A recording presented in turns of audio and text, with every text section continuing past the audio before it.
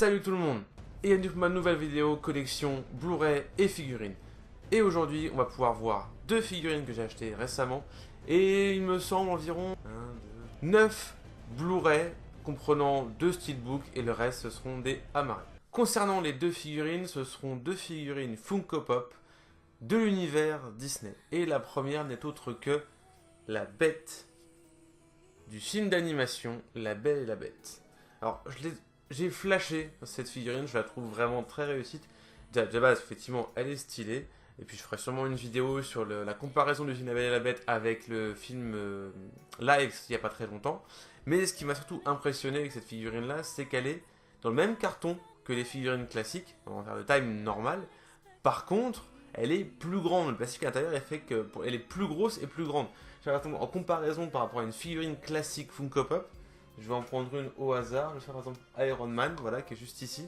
Regardez la différence de taille. Voilà. La différence de taille entre une figurine Funko Pop normale et une figurine Funko Pop de la Belle et la Bête, enfin de la Bête. Et pourtant, je l'ai trouvé dans une boîte normale, de taille normale, d'une figurine, on va dire taille normale en Funko Pop.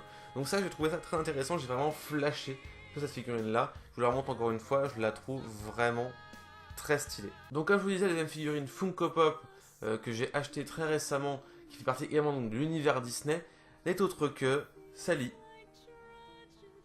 du film d'animation L'étrange Noël de Monsieur Jack. Alors pourquoi j'ai acheté cette figurine là? Parce que simplement en fait c'est une édition exclusive d'un salon des États-Unis et elle est fluorescente dans le noir, elle est phosphorescente. Là vous voyez pas, mais en gros sur la texture on voit qu'elle est phosphorescente. Effectivement elle est phosphorescente. Et la deuxième chose pour laquelle je l'ai acheté, c'est parce que il y a un petit chat avec, voilà, un petit chat, le petit chat de Sally qui est dans une matière assez particulière pour une Funko Pop, on dirait un peu en laine. Donc voilà, j'ai vraiment flashé également sur cette figurine là. Donc voilà, maintenant que les figurines, on les a faites. Effectivement, je n'ai pas acheté beaucoup parce que de toute façon, souvent ça marche par flash. Je flash sur les figurines. Donc maintenant, on va pouvoir passer aux différents Blu-ray que j'ai achetés pendant les dernières semaines. Bien sûr, on va faire ça dans l'ordre alphabétique. Et le premier Blu-ray que j'ai acheté, c'est un Blu-ray amarré. Et c'est le film Le Dernier Maître de l'Air. Voilà, le film live tiré du dessin animé Dernier Maître de l'Air. Voilà, le Blu-ray est quand même ça fait classique, sympathique quand même. Par contre, effectivement, le sticker, c'est tout à fait banal. Voilà, de toute façon, c'est un Blu-ray amarré, hein, pas non plus avoir de grandes stands par rapport à ça. Après, l'image du recto est quand même assez sympathique. Après, par contre, si vous voulez me vite mon avis sur le film, même si je ferai sûrement un Blu-ray, un film dessus, vite fait, très très vite fait, le film est divertissant, il est sympathique, il est bien. Sauf qu'effectivement, il a beaucoup de différences avec le dessin animé. Mais je pense que certaines fois, il y a certains moments où la différence n'est pas forcément très notable. Il faut vraiment juger le film comme un film pur. Et c'est un petit avis à certaines personnes qui ont regardé les vidéos dernièrement. Les storylines, le respect des matériaux d'origine est importante. Mais le film en lui-même, la création du film est également très important. Le deuxième film que je me suis procuré très récemment en Blu-ray amarré est autre que le film Fury, avec donc Brad Pitt. Voilà. Donc un Blu-ray amarré, très classique. Avec par contre, je trouve un petit sticker, je le mets dans le bon sens, un petit sticker bien sympa sur le CD. Voilà. Donc après, par rapport au film, surtout aussi pourquoi je l'ai acheté, parce que j'ai vraiment adoré regarder le film Fury. Tous les acteurs qui jouent dans ce film jouent vraiment super bien. Bon, faut le voir en VO pour vraiment apprécier le film. Et puis, pourquoi j'ai acheté celui-là? Parce que il y a plus de 50 minutes de scènes inédites et coupées intégrées au film, enfin dans les bonus. Donc voilà, je me suis dit, quitte à le voir en version de plus, on va quasiment pouvoir le voir en version longue. Donc c'est vraiment ouf, c'est pour ça que je l'ai acheté. Et franchement, je kiffe ce film. Après Fury, je vais vous présenter deux Blu-ray que j'ai achetés. Donc c'est une duologie, j'ai acheté en même temps. Et ce sont des films japonais tirés d'un manga. Et c'est autre que Gantz. Les deux films Gantz et deux films live Gantz. Voilà, ça c'est le premier, Gantz au commencement. Et le deuxième, Gantz Révolution, que vous voyez ici. Voilà, je vais pouvoir vous montrer également bien sûr l'intérieur des deux Blu-ray amarrés. Alors très classique, hein, mais franchement des jolis petits stickers pour le premier. Et pour le deuxième, on a, voilà, pareil, un beau petit stickers pour le deuxième aussi. Après maintenant, qu'est-ce que je pense des films? Alors pour ceux qui ne connaissent pas Gantz, comme je vous disais, c'est tiré donc de films d'animation, enfin de séries animées japonaises. Alors après, je sais pas si je ferai des vidéos dessus, parce qu'il faut vraiment être, je pense, des connaisseurs pour pouvoir critiquer vraiment les différents films. Mais pourquoi pas, on sait jamais. Par contre, en tout cas, c'est vrai que les deux films sont vraiment très bons. Si on les prend vraiment en termes de films, c'est divertissant, il y a de l'action, il y a du drama, c'est très bien joué. Enfin, faut apprécier on va dire l'acting asiatique, l'acting japonais, mais franchement, je trouve que tous les acteurs jouent super bien. Puis en plus, pour ceux qui sont fans, enfin comme moi, des films Cross Zero, on retrouve dans le deuxième, il me semble, l'acteur qui joue Serizawa dans Cross Zero, on retrouve l'acteur dans Gantz 2. Donc c'est d'autant plus appréciable de voir ces films-là. C'est pour ça que je suis vraiment pas fan, mais j'apprécie beaucoup les deux films Gantz. C'est pour ça que je les ai tout simplement achetés.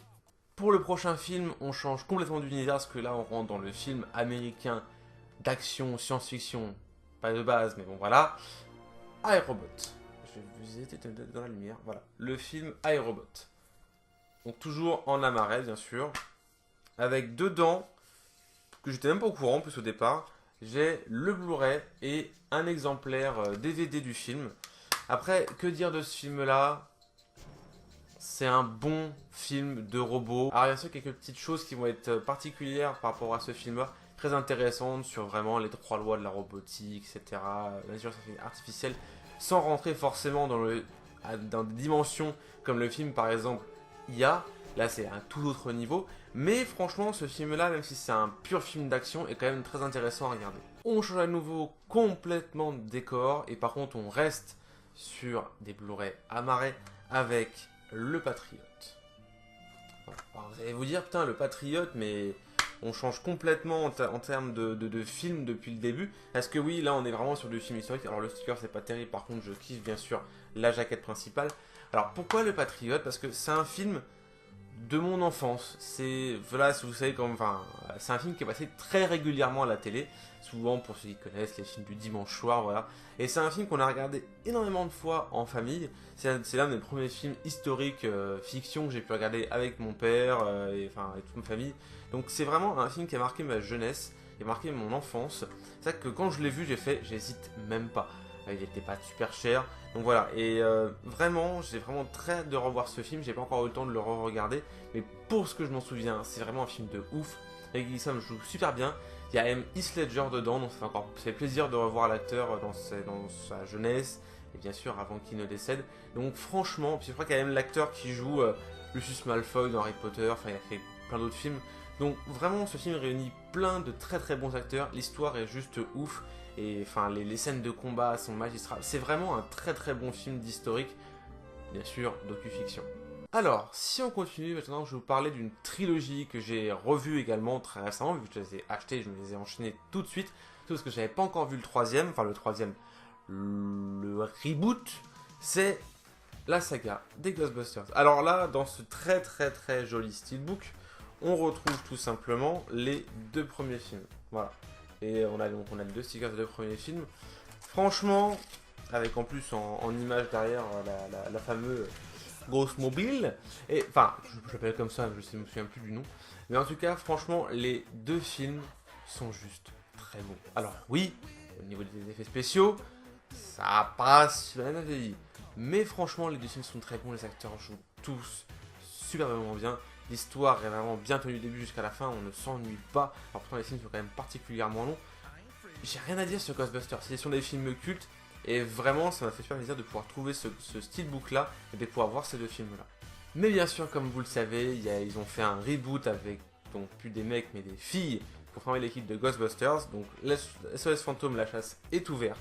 Voilà, là c'est un Blu-ray amarré que j'ai trouvé en version longue. C'est pour ça également que je l'ai pris avec un petit sticker, voilà, très sympathique.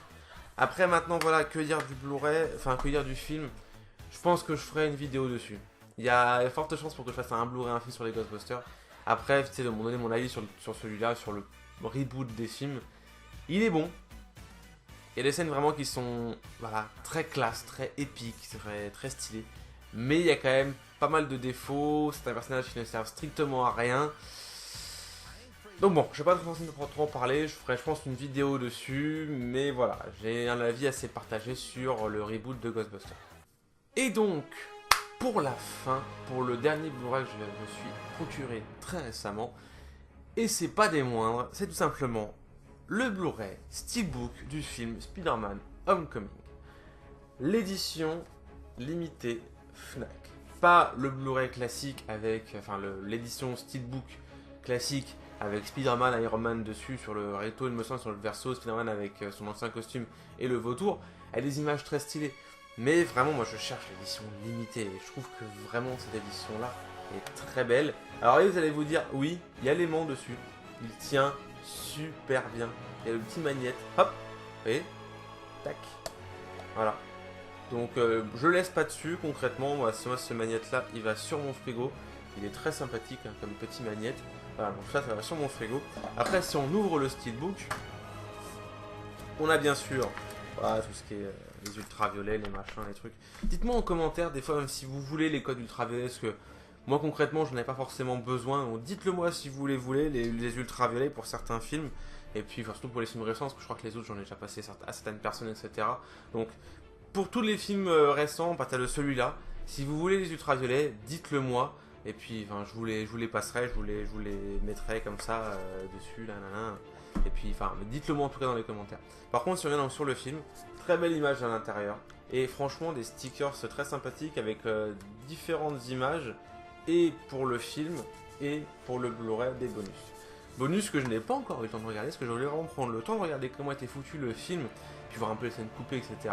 Donc je pense que je prendrai vraiment le temps de voir ce film, parce que malgré tout ce qu'on peut dire dessus, oui c'est un film Marvel, oui c'est pas non plus un grand scénario, mais il reste quand même très appréciable, et c'est une nouvelle façon de voir le film. De toute façon, concrètement, si vous voulez savoir ce que j'en pense, vous allez voir ma vidéo que j'ai fait il y a quand même pas mal de temps déjà, sur un pour faire court, sur Spider-Man Homecoming. Bon voilà, c'est fini. Ma petite vidéo update, donc si je me souviens bien, update 4 sur ma collection de Blu-ray et de figurines. J'espère que cette vidéo vous aura plu. Si elle vous a plu, n'hésitez pas à liker, n'hésitez pas non plus à commenter et à partager, ça me ferait super plaisir comme d'habitude. On se retrouvera très prochainement pour une vidéo, un Blu-ray, un film sur le film Power Rangers. Elle est en écriture, vous en faites pas.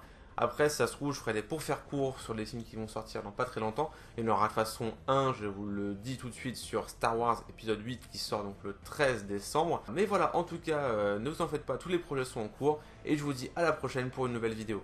A plus tout le monde.